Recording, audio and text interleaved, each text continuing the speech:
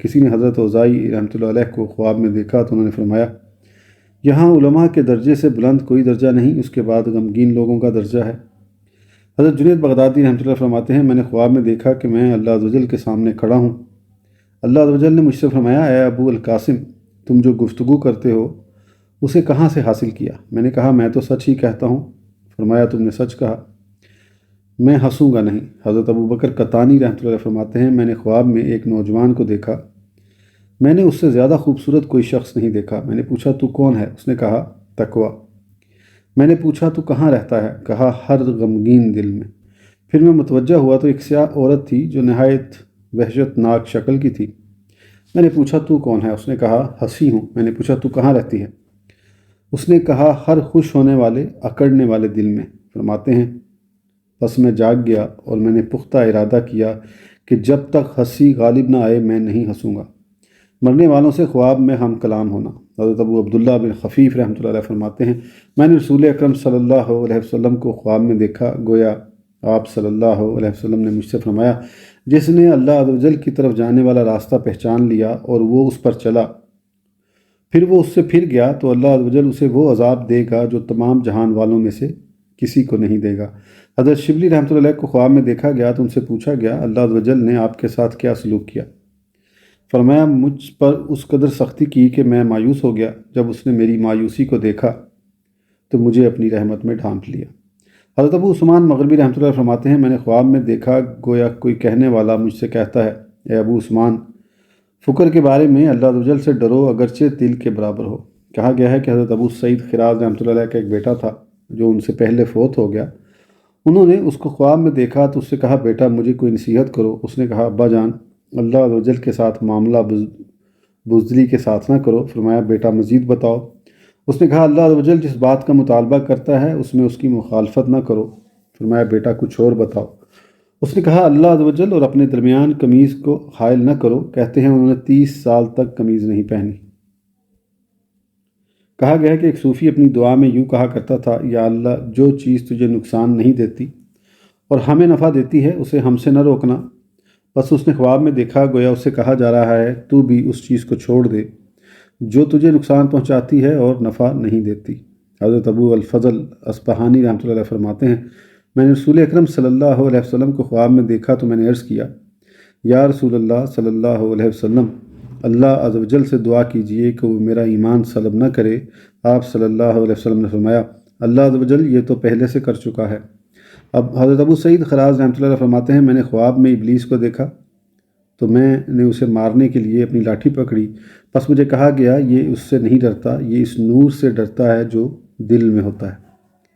ایک صوفی فرماتے ہیں میں حضرت رابعہ ادویہ رحمۃ اللہ علیہ کے لیے دعا مانگتا تھا تو میں نے ان کو خواب میں دیکھا، وہ فرما رہی تھیں تمہارے تحائف نور کے تھالوں میں ہمارے پاس آتے ہیں جو نور کے رومالوں سے ڈھانپے ہوتے ہیں۔ حضرت سماک بن حرب رحمۃ اللہ فرماتے ہیں میری بینائی جاتی رہی تو میں نے خواب میں دیکھا گویا کوئی کہنے والا مجھ سے کہتا ہے دریائے فرات پر جاؤ اور اس میں غوطہ لگا کر آنکھیں کھولو۔ فرماتے ہیں میں نے ایسا ہی کیا، پس میری بینائی واپس آ گئی۔ کہا گیا کہ حضرت بشر حافی رحمۃ اللہ علیہ کو خواب میں دیکھا گیا تو ان سے پوچھا گیا اللہ عز و جل نے آپ کے ساتھ کیا سلوک کیا؟ فرمایا جب میں نے اپنے رب عز و جل کو دیکھا تو اس نے مجھ سے فرمایا اے بشر جس دن میں نے تمہاری روح قبض کی اس دن میں نے تمہاری روح قبض تو کر لی لیکن میرے نزدیک زمین پر تجھ سے زیادہ کوئی محبوب نہ تھا۔ مریدوں کو وصیت کا بیان۔ حضرت استاد امام رحمۃ اللہ علیہ فرماتے ہیں جب ہم نے صوفیہ کے کچھ حالات بیان کر دیے اور اس کے ساتھ ان کے مقامات کا بیان بھی ملایا تو ہم نے ارادہ کیا کہ اس رسالہ کو مریدین کے لیے وصیت کے بیان پر ختم کریں۔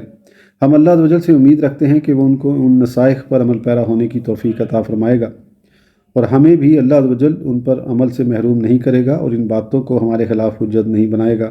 مرید کا پہلا قدم۔ اس طریقہ یعنی تصوف پر چلنے کا ارادہ کرنے والے مرید کے لیے سب سے پہلا قدم صدق ہے تاکہ یہ عمارت صحیح بنیادوں پر استوار ہو۔ مشائخ کرام فرماتے ہیں جو لوگ مقصود تک پہنچنے سے محروم رہے اس کی وجہ یہ ہے کہ انہوں نے اصول ضائع کر دیے۔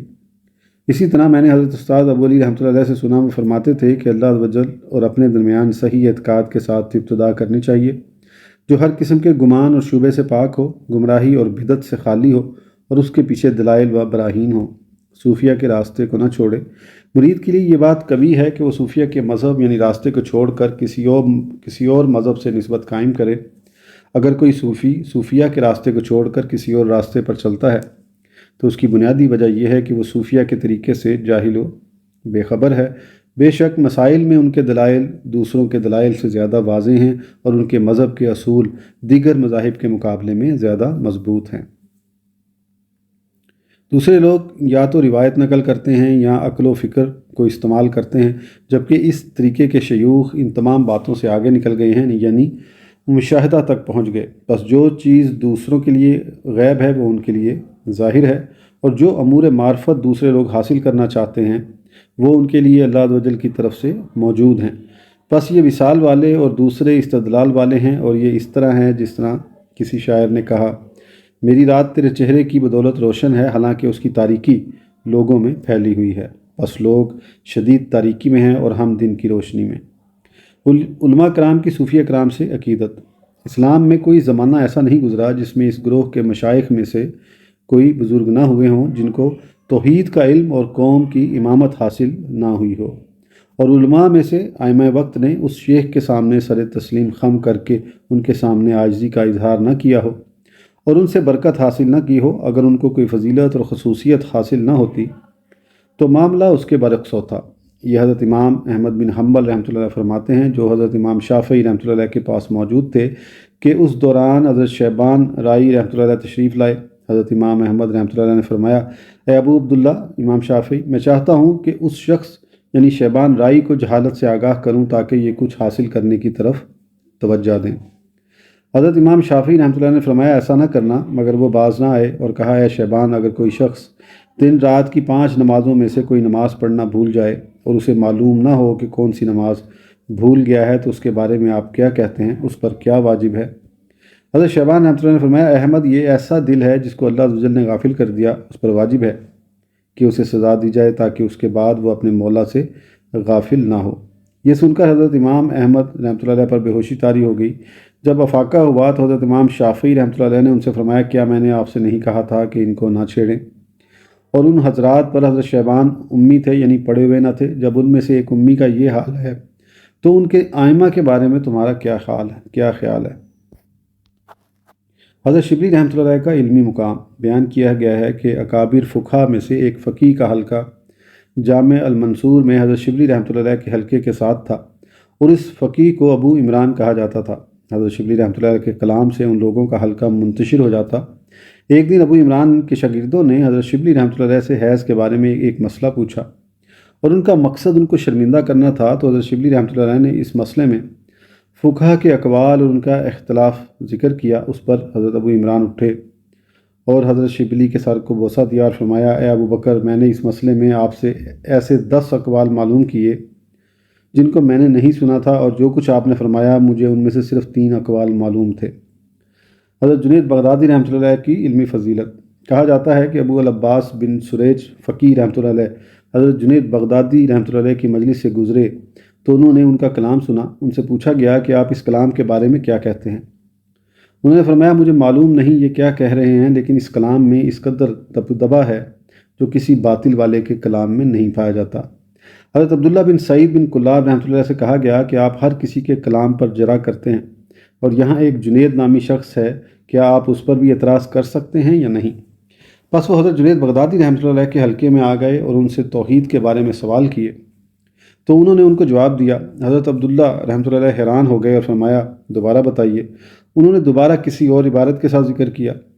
حضرت عبداللہ رحمۃ اللہ علیہ نے فرمایا، یہ تو کوئی اور بات ہے جو مجھے یاد نہیں، اسے ایک بار پھر بیان کیجیے۔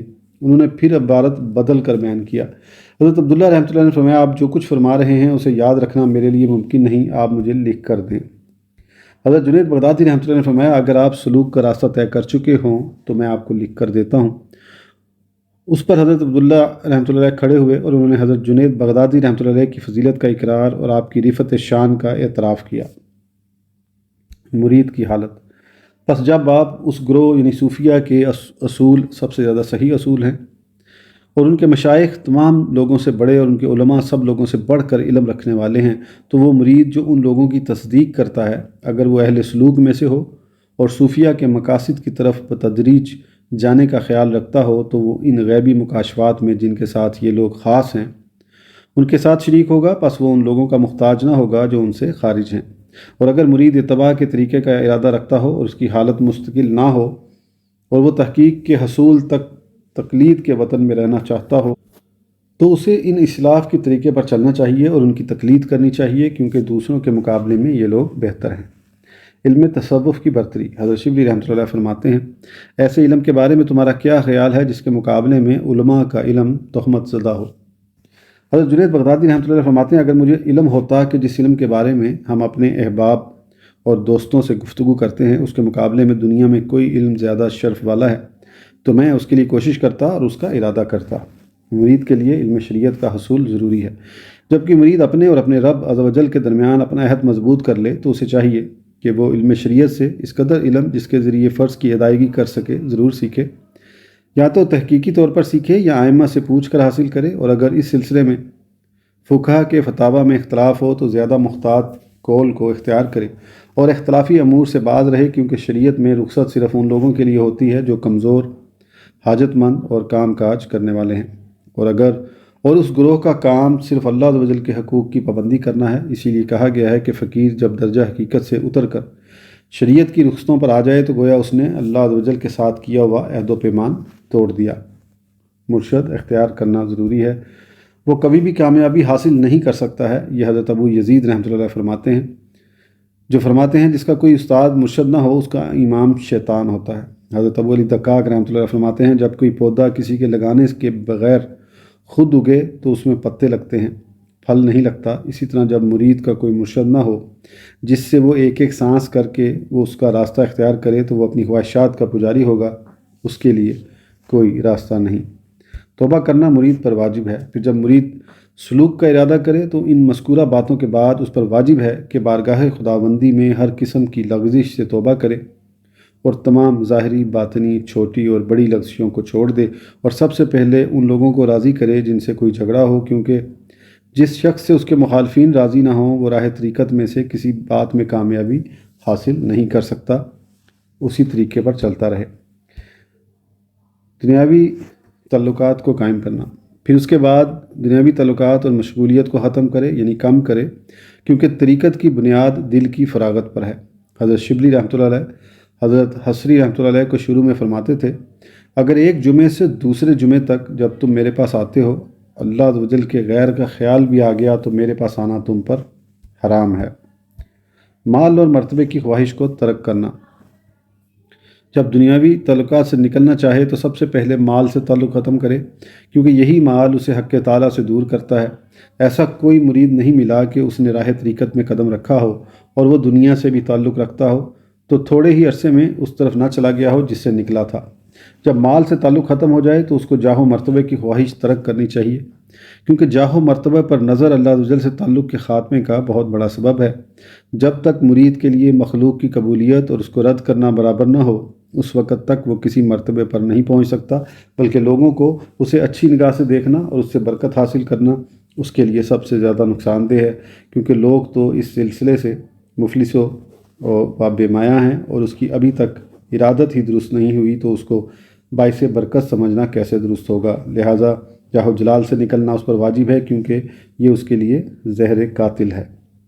عقیدہ کی درستگی اور شیخ کی اطاعت۔ جب مرید اپنے مال اور جاہ و مرتبہ کو چھوڑ دے تو اس پر لازم ہے کہ اپنے اور اللہ عز و جل کے درمیان عقیدے کو درست رکھے اور جس بات کا اسے شیخ یعنی مرشد حکم دے کہ اس کی مخالفت نہ کرے، کیونکہ ابتدائی حالت میں مخالفت کا بہت بڑا نقصان ہے، اس لیے کہ اس کی ابتدائی حالت سے باقی تمام عمر کی حالت کا پتہ چلتا ہے۔ مرشد کے بارے میں دل صاف ہو۔ مرید ہونے کی ایک شرط یہ ہے کہ مرید کے دل میں شیخ یعنی مرشد کے بارے میں کوئی شک یا اعتراض نہ ہو۔ اگر مرید کے دل میں یہ خیال آ جائے کہ دنیا اور آخرت میں اس کی کوئی قدر و قیمت ہے یا شیخ کے علاوہ دنیا میں کوئی اور شخص بھی ہے تو اس کے لیے ارادت میں قدم رکھنا درست نہیں، کیونکہ اس پر اللہ عز و جل کی معرفت حاصل کرنے کی کوشش لازم ہے، یہ نہیں کہ اپنی قدر و قیمت حاصل ہو۔ وہ شخص جو اللہ عز و جل کا ارادہ کرتا ہے اور وہ شخص جو اپنا مرتبہ اور جاہ چاہتا ہے، فرق ہے، یا تو وہ فوری طور پر فرق معلوم ہو جائے گا یا آخرت میں معلوم ہو جائے گا۔ اسرار کی حفاظت مرید پر واجب ہے۔ پھر مرید پر واجب ہے کہ وہ اپنے رازوں کی حفاظت کرے، حتیٰ کہ اپنے بٹنوں سے بھی محفوظ رہے، البتہ شیخ سے نہ چھپائے۔ اگر اس نے اپنی شیخ سے ایک سانس بھی چھپایا تو اس نے اس کے حق یعنی صحبت میں خیانت کی، اور اگر اس سے شیخ کی مخالفت میں کوئی بات سرزد ہو جائے تو اسے چاہیے کہ اسی وقت اس کے سامنے اقرار کر لے، پھر اس جرم کی جو سزا شیخ تجویز کرے اس کے سامنے سر جھکا دے۔ مثلا شیخ اسے سفر کا حکم دے یا کوئی اور حکم دے جو مناسب سمجھے تو اس پر عمل کرے۔ شیخ کی ذمہ داری: شیخ کے لیے مناسب نہیں کہ وہ مریدوں کی لغزشوں سے درگزر کرے، کیونکہ یہ اللہ عز و جل کے حقوق کو ضائع کرنا ہے، اور جب تک مرید تمام دنیاوی تعلقات ختم نہ کر دے، شیخ کے لیے جائز نہیں کہ اسے کسی قسم کے ذکر کی تلقین کرے، بلکہ پہلے مرید کو آزمانا ضروری ہے۔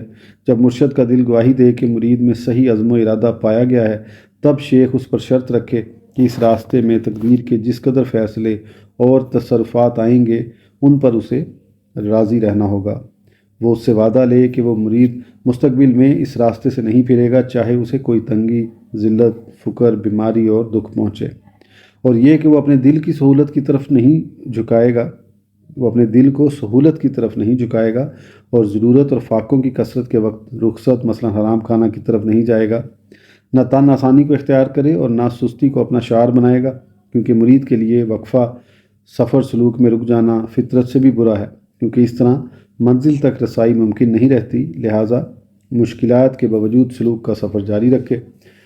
فطرت اور وقفے کے درمیان فرق یہ ہے کہ فطرت ارادے سے رجوع اور اس سے نکلنے کو کہتے ہیں، یعنی ارادت کو ختم کر دے، اور وقفہ یعنی سستی کے حالات کو لذیذ سمجھ کر سفر میں ٹھہرنا ہے، اور جو مرید ابتدائی ارادت میں ٹھہر گیا وہ کوئی مقام حاصل نہیں کر سکتا۔ آج کی آڈیو کے لیے اتنا ہی، پھر انشاءاللہ اگلی آڈیو میں آگے کنٹینیو کریں گے۔ اس وقت تک کے لیے اجازت دیجیے، سبسکرائب کرنا نہ بھولیں۔ اللہ حافظ۔